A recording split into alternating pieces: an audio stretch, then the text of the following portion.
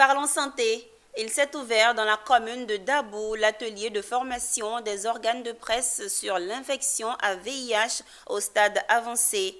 Organisé par le Programme national de lutte contre le sida, cette session se tient du 16 au 20 septembre et vise à orienter la communication des médias sur l'importance de l'observance aux traitements antirétroviraux en vue de changement de perception des populations sur le VIH. Michel Brou et Richard Akiki.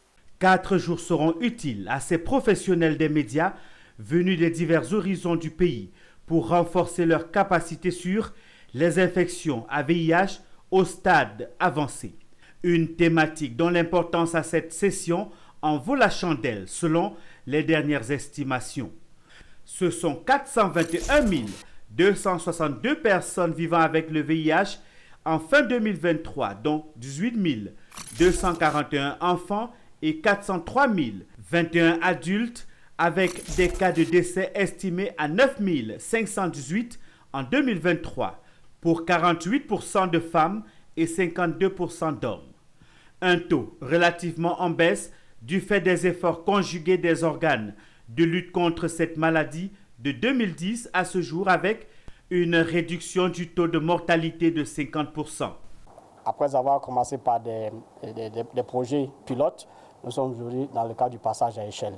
Et plusieurs prestataires de santé ont été orientés sur la thématique de l'infection VIH à stade avancé, à l'effet de reconnaître cette thématique-là et prendre précocement les personnes atteintes de ces infections-là. C'est aussi le lieu aussi d'utiliser les médias que vous êtes, à l'effet aussi de porter l'information de la sensibilisation. Et vous conviendrez avec moi qu'il serait important de se dépister tôt. Un thème dont le choix est opportun pour ces hommes de médias. Ils doivent s'impliquer dans cette sensibilisation et concourir à la réduction des comportements à risque de personnes vivant avec le VIH au sein des communautés, surtout garantir leur prise en charge sanitaire. Il faut rappeler que le VIH-Sida existe toujours. Voilà, il ne faut pas baisser les bras.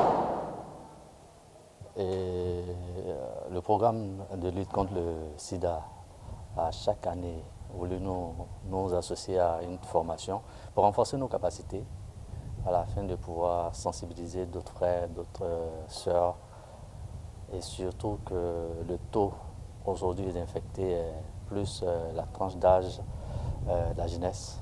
On nous fait comprendre que le sida est toujours présent. C'est vrai qu'il faut communiquer. Moi, je dis toujours, quelles que soient les notions qui vont sortir, il faut faire une campagne de sensibilisation très accrue sur les populations pour que surtout les jeunes qui sont les plus infectés comprennent que le sida est une réalité, qu'on n'en guérit pas.